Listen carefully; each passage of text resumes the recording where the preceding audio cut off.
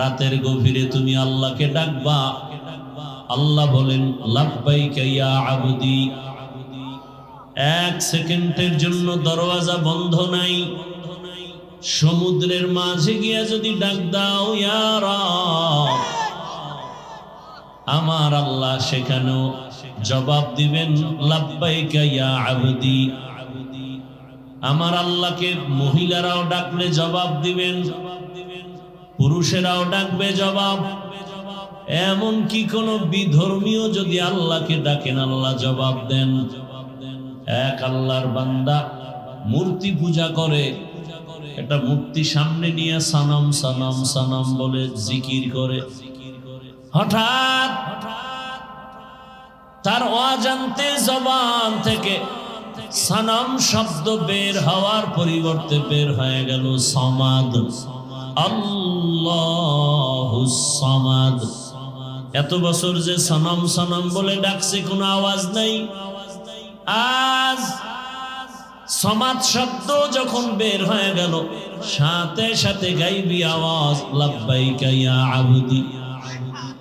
আল্লাহর বান্দা বলেন এত বছর আমি সনম সনম বলে ডাকলাম কোনো জবাব নাই, আজ আমার জবান থেকে সমাদ শব্দ বের হলো, জবাব আসলো কে আপনি। আবার জবাব আসলো আনা রব্বুক, আমি তোমার রব।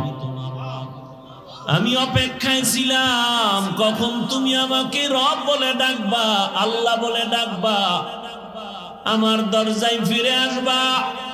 কারণ তোমাকে কথা বলার শক্তি তোমার মা বাবা কেউ দেয় নাই, আমি আল্লাহ তোমাকে কথা বলার শক্তি দিলাম।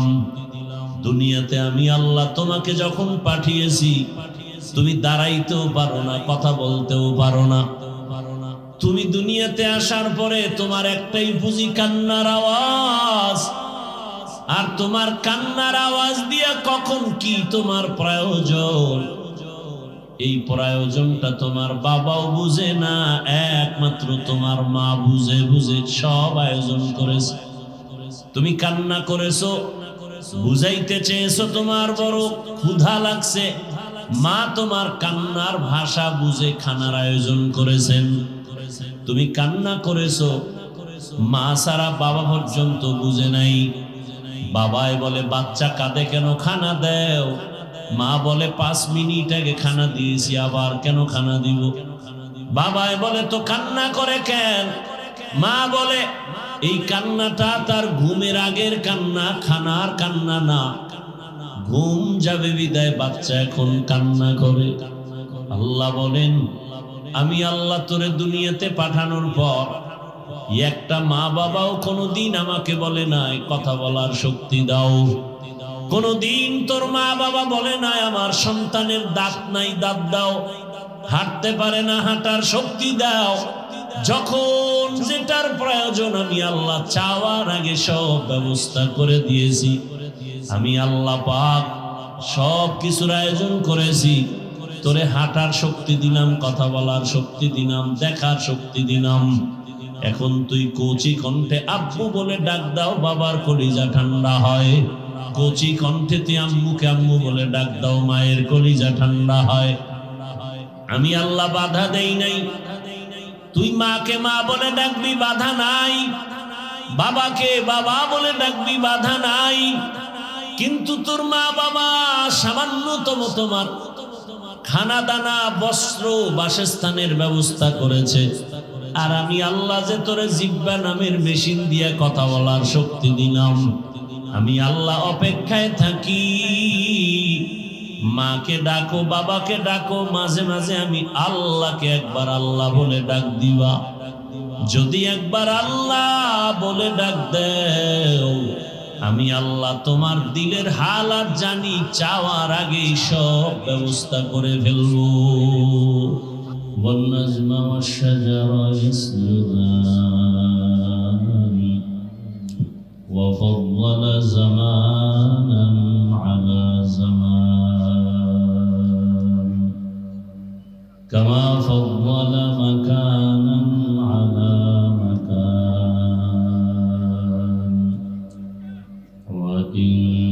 وإنسانا على إنسان ونشهد أن لا إله إلا الله وحده لا شريك له ونشهد أن سيدنا ومولانا محمدا عبده ورسوله اللهم صل على محمد النبي الأمي وعلى آله وسلم تسليما وبعد فأعوذ بالله من الشيطان الرجيم بسم الله الرحمن الرحيم وما خلقت الجن والإنس إلا ليعبدون وقال النبي صلى الله عليه وآله وسلم لا طاعة لمخلوق في معصية الخالق صدق الله مولانا العظيم وصدق رسوله النبي الأمي الكريم ونحن على ذلك من الشاهدين والشاكرين والذاكرين والحمد لله رب العالمين سبحانك لا علم لنا إلا ما علمتنا إنك أنت العليم الحكيم رب اشرح لي صدري ويسر لي أمري واحلل عقدة من لساني يفقه قولي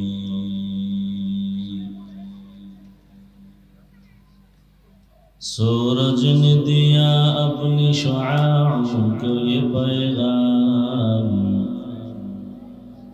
सूरज ने दिया अपनी शुआओं को ये पैगाम दुनिया है आजो चीज को भी सुबह शाम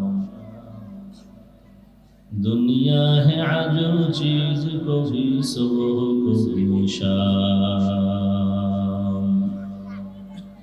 दुनिया में हो दुनिया का तलबगार नहीं हो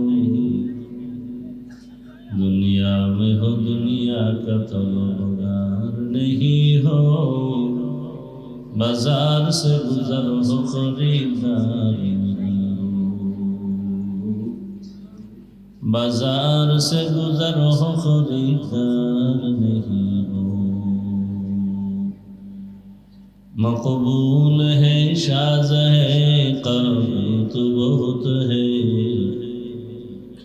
मकबूल है शाज़ है काबिल तो बहुत है आएना के मानिंदे तू नहीं दिल तो बहुत है आएना के मानिंदे तू नहीं दिल तो बहुत है भाई बॉक्स सारन तो पिछने जा এই 9000 সেকেন্ড পিছনে মাইক দিছো এদিকে 9000 সেকেন্ড জাতীয় ইমাম সমাজ বাংলাদেশ ফতুল্লাহ থানা শাখার উদ্যোগে আয়োজিত বার্ষিক ইসলামী মহাসম্মেলন আজ 22 জানুয়ারি 2026 ঐতিহাসিক ফতুল্লাহ ডিআইটি মাঠে আয়োজিত আজকের মাহফিল উপস্থিত মোহতারাম সম্মানিত সভাপতি মুফতি আবু বকর সিদ্দিক কাসেমি দামাত বারাকাতুহুম প্রধান অতিথি মাওলানা আব্দুল আউয়াল সাহেব দামাত বারাকাতুহুম বিশেষ অতিথি মুফতি আব্দুস সবুর কাসেমি দামাত বারাকাতুহুম মনিটরের সাউন্ড বাড়াও অন্যান্য হযরত উলামায়ে কেরাম অত্র অঞ্চলের বিভিন্ন স্থান থেকে আগত আল্লাহ পাকের আশিকিন জাকিরিন শাকিরিন মুহিব্বিন মুরব্বিয়ান এজাম কলিজার টুকরা আমার সমবয়সী যুবক বন্ধুগণ স্নেহের ছোট ভাই পর্দার আড়ালে মা বোনেরা আল্লাহ পাকের দরবারে শুকর যে আল্লাহ আমাদেরকে সুস্থ রেখেছেন আলহামদুলিল্লাহ জীবনের এক অমূল্য সম্পদ আমাদের সুস্থতা। আল্লাহ আমাদের সুস্থতাকে দায়েমান কবুল করেন। এখনো যারা অসুস্থ ঘরে বিছানায় হসপিটালে, আল্লাহ তাদেরকেও পূর্ণ সুস্থতার নিয়ামত দান করেন। উলামায়ে হযরত আলোচনা করেছেন এবং আলোচনা সামনে চলবে। আমি মাঝখানে দোয়া নেওয়ার জন্য হাজির হয়েছি এবং সংক্ষেপ দু চারটি কথা বলার নিয়তে কোরআনে হাকীমের এক আয়াত, নবীজির হাদিস থেকে এক টুকরো হাদিস পড়েছি। ইখলাসুল হানিয়াতের সমন্বয়, সহি নিয়তে, সহি তরিকায়, সহি কিছু কথা আমাকে বলার মতো, আপনাদেরকে শুনবার মতো আল্লাহ তৌফিক দান করেন। ওমা খালাকতুল জিন্না ওয়াল ইনসা ইল্লা লিয়াবুদুন। আল্লাহ বলেন, আমি জিন ও ইনসানকে সৃষ্টি করি নাই, হ্যাঁ করেছি একমাত্র ইবাদতের জন্য। নবীজি বলেন, লা তাআতা লি মাখলুকিন ফি মাসিয়াতিল খালিক। আল্লাহকে অসন্তুষ্ট করে ভিন্ন কারো হুকুম মানা পরিপূর্ণ হারাম। আয়াত হাদিসের তরজমা শেষ। হাদিসে রাসূল যে কথা বললেন যে দুনিয়াতে আল্লাহ ব্যতীত বা আল্লাহকে অসন্তুষ্ট করে অন্য কারো হুকুম মানা যাবে না। এখন এখানে কয়েকটা কথা, আল্লাহর হুকুমকে অমান্য করে অন্যের হুকুম যারা মানে, এই লোকগুলো কারা, এদেরকে আমাদের চিহ্নিত করতে হবে। দ্বিতীয়ত, অন্যের হুকুম মানে সে অন্য লোকগুলো কারা, যাদের হুকুম মানে আল্লাহকে বাদ দিয়া, এটাও আমাদের বুঝতে হবে। তৃতীয়ত, আল্লাহকে অসন্তুষ্ট করা যাবে না, তার কারণ কি? সংক্ষেপ কথা, দুনিয়াতে যারা আল্লাহকে অসন্তুষ্ট করে অন্যের হুকুমকে প্রাধান্য দেয়, এই লোকগুলোকে এক কথায় বলা যায় এরা দুনিয়া লোভী, স্বার্থপর। দুনিয়া লোভী, স্বার্থপর।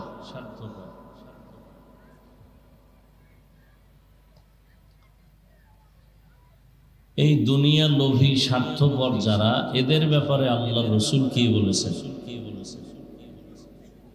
قال النبي صلى الله عليه وآله وسلم حب الدنيا رأس كل خطيئة। দুনিয়ার লোভ, ভালোবাসা সব ধ্বংসের কারণ। সাউন্ডের ডাউন হলো কেন? উপরে উঠাও। দুনিয়ার লোভ সব ধ্বংসের কারণ। যত মানুষ দেখেন লাইনচ্যুত হয়ে গেছে সারা দুনিয়া, কিসের লোভে বলেন? জোরে বলেন। হযরতে আলী রাদিয়াল্লাহু তাআলা আনহু বলেন, আদ-দুনিয়া জিফাতুন ওয়া তুল্লাবুহা কিলাব। অথবা দুনিয়া জিফা ওয়া তালিবুহা কিলাব। হযরত আলী এক সময় রাসূলের আপন লোক, চাচাতো ভাই, পরে সাহাবী, পরে জামাতা, যিনি 7 থেকে 12 বছরের মাঝখানে এসে রাসূলের হাতে হাত দিলেন। নবীজি কলিজা ভরে দোয়া করলেন, আনা দারুল হিকমা ওয়া আলিয়্যুন বাবুহা। আমি মুহাম্মদ ইলম হিকমতের ঘর, আর এই ইলম হিকমতের ঘরের দরওয়াজা আমার আলী। সে হযরত আলী রাদিয়াল্লাহু আনহু বলেন, দুনিয়া একটা মৃত জন্তুর মতো, এর পেছনে যারা দৌড়ায় এরা কুকুরের মতো। একটা গরু যদি মরে যায়, এগুলো খাওয়ার জন্য মূলত 3 শ্রেণীর প্রাণীরা পাগল পারা হয়ে যায়। খুব খেয়াল করেন, মৃত জন্তু চতুষ্পদ, এগুলো খাওয়ার জন্য কয় শ্রেণীর প্রাণীরা পাগল? শিয়াল, শকুন আর কুত্তা। শিয়াল, শকুন, কুত্তা। হযরতে আলী শিয়ালের কথা না বললে দুনিয়াদারদেরকে কুকুরের সাথে তুলনা দিলেন, শকুনের সাথে না দিয়ে। কারণ এর কারণ হলো দুনিয়া লোভীরা যেই পরিমাণ দুনিয়া দুনিয়া করে পাগল পারা থাকে, অল টাইম নামাজে দাঁড়াইলেও দুনিয়া, ঘুমের মধ্যেও দুনিয়া। এই লোকগুলো শিয়ালের মতো না, এই শকুনের মতো না। কিসের মতো? কুকুরের মতো। বলে কারণ শকুনে এই মৃত জন্তু দিনের বেলা খায়, রাতে রেস্ট নেয়। শিয়ালে বলেন না কেন? রাতে খায়, দিনে। কুত্তা দিনেও খায়, রাতেও খায়, অল টাইম পাগল। আর খায় কি? নিজে সব খেতে চায়, শেষে নিজে মোটেও পায় না। এই দুনিয়া দুনিয়া দুনিয়া যারা করে, এরা দিনেও খায়, রাত্রেও খায়, ঘুমের মধ্যেও দুনিয়া, হাঁটতে চলতে সর্ব অবস্থায় দুনিয়া। শেষ পর্যন্ত এই দুনিয়া দুনিয়া কইরা ওর ডানে বামের বন্ধুরা সব খায়, ও নিজে কিছুই পায় না। কি 10 তলা বিল্ডিং ওয়ালা বিল্ডিংই কামাই করলো বানাইয়া, এখন কলা পাতা বিছায় জঙ্গলে ঘুমায় কেন? হারামে কি নাই? আরাম নাই। তাহলে দুনিয়া লোভীরাই আখেরাতের বিরুদ্ধে, ইসলামের বিরুদ্ধে, আল্লাহ রসুলের বিরুদ্ধে, কোরআনের বিরুদ্ধে অবস্থান নেই। দুনিয়া লোভীরাই আহলে হকের বিরুদ্ধে চলে যায়, আলেমদের বিরুদ্ধে যায়। আবার আলেমরাও যে যদি লোভে পড়ে যায়, তারাও উল্টা পাল্টা হয়ে যাবে। এই লোভ 3 প্রকার। দুনিয়ার লোভ কত প্রকার? হুব্বে যা, হুব্বে মাল, হুব্বে নিসওয়ান। সম্মানের, চেয়ারের লোভ, ক্ষমতার লোভ। আর একটা হলো টাকা পয়সার লোভ, আর একটা হলো যৌবনের লোভ। ফেরাউন ফকির থেকে ধনী, ক্ষমতার চেয়ারে বসে বলল, আমি নিজেই তো খোদা। শুধু খোদা না, আনা রাব্বুকুমুল আ'লা, আমি সব থেকে বড় খোদা। কিসের লোভ? কিসের লোভ? ক্ষমতার লোভ। ক্ষমতার লোভ।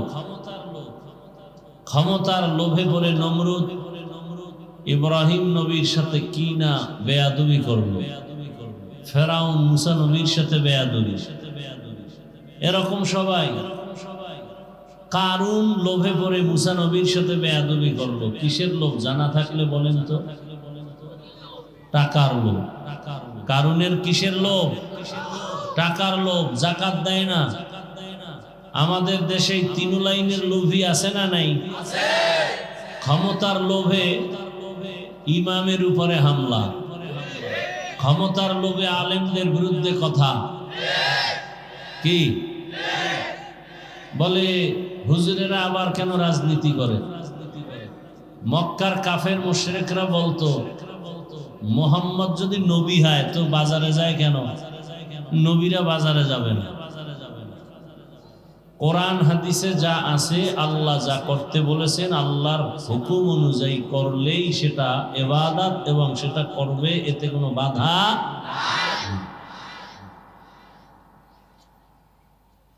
তো ক্ষমতার লোভে পড়ে বহু মানুষ নিজেকে ধ্বংস করে ফেলেছে। আবার কেউ টাকার লোভে সত্যকে মিথ্যা, মিথ্যাকে সত্য, হালালকে হারাম, হারামকে হালাল, শুধু টাকার লোভে পড়ে ভালো ভালো জিনিসকে 2 নাম্বার করে মিথ্যার আশ্রয় নিয়ে এরপরে বিক্রি করে। টাকার লোভ। কি বিক্রি করা মাল ফেরত নেওয়া হয় না, এই কথা যারা দোকানে লেখে, কিসের লোভ? কথা বলেন না কেন? টাকার লোভ। টাকার লোভে পড়ে একটা চায়ের দোকানওয়ালা চায়ের দোকান দেয় সুদের টাকায়। কিসের লোভ? টাকা। সুদের টাকায় ব্যবসা, ফ্যাক্টরি। আবার আপনারা এদেরকে নিয়ে মাথায় তুলে ঢুকাইছেন এমন জায়গায়, পৃথিবীতে মসজিদ থেকে দামি কোনো জায়গা আছে? আছে? সেই জায়গার সব সদস্য একটা সুদখোর হলো কেন? মসজিদের কমিটির মধ্যে সুদখোর আসলো কেন? যেই সুদখোর অল টাইম তার মা, আপন মায়ের সাথে জিনার গুনায় লিপ্ত, যেই সুদের সাথে জড়িত বান্দা নামাজ, রোজা, হজ, যাকাত কিছুই কবুল হবে না, সে মসজিদের মতো জায়গার দায়িত্বে আসলো কিভাবে? এই জনগণের কারণে। জনগণ টাকার লোভে পড়ছে, আর এদেরকে টাকার লোভ দেখাইয়া তারা আবার ক্ষমতার লোভ পরে ক্ষমতা অপব্যবহার করে। কেমন লোভে পড়ছেন আপনারা? অপেক্ষায় আছেন আসবে কবে সে ভোটের আগের রাত, টাকায় সব বিক্রি হয়ে যাবেন পশুর দামে। পশুর দামে বিক্রি হলেও তো ভালো। বাজারে একটা ভালো মানের মুরগি কিনলে 800 থেকে 1000 টাকার প্রয়োজন। ভালো মানের একটা ছাগল কিনলে ফতুল্লায় 15 থেকে 20,000 টাকার প্রয়োজন। একটা গরু কিনলে কত? 1 লাখ। আর সোনার বাংলার আশরাফুল মখলুক আপনারা ভোটের আগের রাতে বিক্রি হবেন বাজার দরে 500 টাকায়। তার মানে আপনার দামটা ছাগলের সমানও নাই। কি বুঝলাম? যে আপনি ছাগলের থেকেও খারাপ, আপনি গরুর থেকেও খারাপ, আপনি শূকর থেকেও খারাপ, আপনি কুকুর থেকেও খারাপ। আপনি মানুষ না অমানুষ। আপনি কি? অমানুষ। যেই চোরারা শ্বশুর বাড়ির থেকে যৌতুক খায়, ওরা আজীবন বউয়ের গোলাম হয়ে থাকে, কথা বলতে পারে না। এই নেতা ফেতা গো টাকা খাইয়া এরপরে এগো আল্লাহর ঘরের মধ্যে ঢুকানো হলো। ঢুকাইছে ভালো, মসজিদ মেরামত করবে, এরা ইমাম আলেমদের উপরে মাস্তানি করে। আর আপনারা তাকায় তাকায় মজা নেন না। এটা অমানুষের কাজ, মানুষের কাজ না। মানুষ কখনো টাকায় বিক্রি হয় না, টাকায় বিক্রি হয় পশু আর অমানুষ। আপনি ভোট দিবেন ভালো কথা, যাকে মনে চায় দিবেন হিসাব করে, সেখানে টাকা নিবেন কেন? আপনাকে ভোট দিতে বলে কেন? ভোট দেওয়ার প্রয়োজন কি আপনার? হারাম খুরি করে ভোট দিয়া লাভ কি? কিছুদিন পরে আবার দেখেন না, মাইয়ের উপরে হামলা, বউয়ের উপরে হামলা, চিল্লা চিল্লি করে, গাইবি আওয়াজ আসতেছে 500 টাকায় সব কিনে ফেলেছি, চিল্লাও কেন? তোর মেয়ে, তোর স্ত্রীর ইজ্জত সব আমরা কিনে ফেলেছি। এজন্য জনগণ ভালো হলে নেতারাও ভালো হয়, জনগণ হারামি হলে নেতারাও হারামি হয়। জনগণ আগে হারাম পচা পায়খানা খাইয়া নেতাদেরকে শিখায়, তোমরাও আবার আমগো জায়গায় বসে আমাদেরটা খাইও। তাহলে নেতার দোষ কি? চেয়ারম্যানের গালি দেন কেন? চেয়ারম্যান তো আগে হারাম খায় নাই, আপনারা খাইয়া ভোটের আগে তাকে শিখাইছেন। টাকার বিনিময়ে 1 নম্বরে যদি কেউ টাকা খেতে চান, আমার বয়ানে যে হেদায়েত তা তো না। যদি কেউ প্রার্থী থেকে টাকা খেতেই চান, যে আপনি হুজুরের কোনো তাবিজে ফিরবেন না, তাহলে আপনি বেশি খাবেন, জেনে শুনে খাচ্ছেন। নাম্বার 2, ওয়াদা করবেন যেই চোরারা টাকা দিবে ওদেরকে ভোট দিবেন না। পারবেন? পারবেন? ওরা 2 নম্বর, 1 নম্বর নয়। আমাদের কাছে দোয়া চায় 13 প্রার্থী, এমপি হবে কয়জন? 13 জনে দোয়া চাইতেছে, 13 জন এমপি হবে? হ্যাঁ, কি দোয়া করব? আল্লাহ যার দ্বারা দেশের উপকার হবে, জাতির কল্যাণ হবে, ইসলামের উপকার হবে, তাকে বিজয় করবে। এর থেকে আর ভালো দোয়া আছে? কিন্তু ইসলামের নাম নিয়ে যেন কেউ ভণ্ডামি করার সুযোগ না পায়। বিবেক দিয়া কাজ করবেন। 2 নাম্বার লোকেরে দিবেন না। 2 নাম্বার কারা? দুনিয়া লোভী যারা, দুনিয়া লোভী যারা। আল্লাহ হেদায়েত দান করুন। তাহলে এই দুনিয়া লোভীরা আল্লাহর হুকুম অমান্য করে দুনিয়াতে অন্যের হুকুম মানে, নেতার হুকুম, মা বাবার হুকুম। এক কথায় আল্লাহকে বেজার করা যাবে না। প্রশ্ন হলো বেজার করা যাবে না কেন? বলে দুনিয়াতে আল্লাহকে বেজার করে কাকে খুশি করবা? যাকে করবা সে স্বার্থপর, চান্দাবাজ আর ধান্দাবাজ। একমাত্র নিঃস্বার্থ আমাদেরকে ভালোবাসেন আমার আল্লাহ। আমার আল্লাহ আমাদেরকে যা দিয়েছেন দুনিয়াতে কেউ দেয় নাই। দুনিয়া দেয় বলেও দেয় না, আর যতটুকু দেয় তা খোঁটা দিয়া ধ্বংস করে দেয়। আর আমার আল্লাহ দেওয়ার দরজা অল টাইম খুলে রাখছেন, অল টাইম। রাতের গভীরে তুমি আল্লাহকে ডাকবা, আল্লাহ বলেন লাব্বাইকা ইয়া আবদি। 1 সেকেন্ডের জন্য দরওয়াজা বন্ধ নাই। সমুদ্রের মাঝে গিয়া যদি ডাক দাও ইয়া রাব, আমার আল্লাহ সেখানেও জবাব দিবেন লাব্বাইকা ইয়া আবদি। আমার আল্লাহকে মহিলারাও ডাকলে জবাব দিবেন, পুরুষেরাও ডাকবে জবাব। এমন কি কোন বিধর্মীয় যদি আল্লাহকে ডাকেন আল্লাহ জবাব দেন। এক আল্লাহর বান্দা মূর্তি পূজা করে, একটা মূর্তি সামনে নিয়ে সানাম সানাম সানাম বলে জিকির করে। হঠাৎ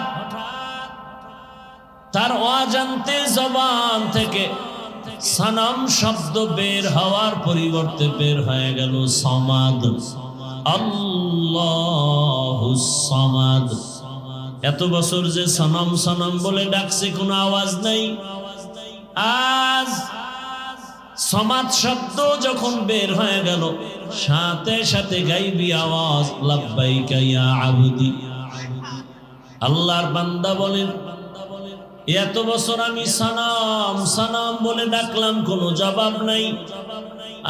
আজ আমার জবান থেকে সমাদ শব্দ বের হলো, জবাব আসলো কে আপনি। আবার জবাব আসলো আনা রব্বুক, আমি তোমার রব। আমি অপেক্ষায় ছিলাম কখন তুমি আমাকে রব বলে ডাকবা, আল্লাহ বলে ডাকবা, আমার দরজায় ফিরে আসবা। কারণ তোমাকে কথা বলার শক্তি তোমার মা বাবা কেউ দেয় নাই, আমি আল্লাহ তোমাকে কথা বলার শক্তি দিলাম। দুনিয়াতে আমি আল্লাহ তোমাকে যখন পাঠিয়েছি তুমি দাঁড়াইতেও পারো না, কথা বলতেও পারো না। তুমি দুনিয়াতে আসার পরে তোমার একটাই পুঁজি কান্নার আওয়াজ। আর তোমার কান্নার আওয়াজ দিয়া কখন কি তোমার প্রয়োজন, এই প্রয়োজনটা তোমার বাবাও বুঝে না, একমাত্র তোমার মা বুঝে বুঝে সব আয়োজন করেছে। তুমি কান্না করেছো, বুঝাইতে চেয়েছো তোমার বড় ক্ষুধা লাগছে, মা তোমার কান্নার ভাষা বুঝে খানার আয়োজন করেছেন। তুমি কান্না করেছো, মা সারা বাবা পর্যন্ত বুঝে নাই। বাবাই বলে বাচ্চা কাঁদে কেন, খানা দেও। মা বলে 5 মিনিট আগে খানা দিয়েছি, আবার কেন খানা দিব। বাবাই বলে তো কান্না করে কেন। মা বলে এই কান্নাটা তার ঘুমের আগের কান্না, খানার কান্না না। ঘুম যাবে বিদায় বাচ্চা এখন কান্না করে। আল্লাহ বলেন আমি আল্লাহ তোরে দুনিয়াতে পাঠানোর পর একটা মা বাবাও কোনোদিন আমাকে বলে নাই কথা বলার শক্তি দাও। কোনোদিন তোর মা বাবা বলে নাই আমার সন্তানের দাঁত নাই, দাঁত দাও। হাঁটতে পারে না, হাঁটার শক্তি দাও। যখন যেটার প্রয়োজন আমি আল্লাহ চাওয়ার আগে সব ব্যবস্থা করে দিয়েছি। আমি আল্লাহ পাক সব কিছুর আয়োজন করেছি। তোরে হাঁটার শক্তি দিলাম, কথা বলার শক্তি দিলাম, দেখার শক্তি দিলাম। এখন তুই কচি কণ্ঠে আব্বু বলে ডাক দাও, বাবার কলিজা ঠান্ডা হয়। কচি কণ্ঠে তুই আম্মুকে আম্মু বলে ডাক দাও, মায়ের কলিজা ঠান্ডা হয়। আমি আল্লাহ বাধা দেই নাই, তুই মাকে মা বলে ডাকবি, বাধা নাই।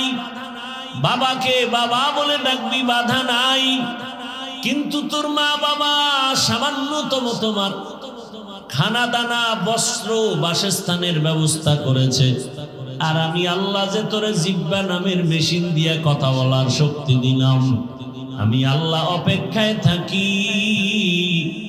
মাকে ডাকো, বাবাকে ডাকো, মাঝে মাঝে আমি আল্লাহকে একবার আল্লাহ বলে ডাক দিবা। যদি একবার আল্লাহ বলে ডাক দেও, আমি আল্লাহ তোমার দিলের হালাত জানি, চাওয়ার আগেই সব ব্যবস্থা করে ফেলবো।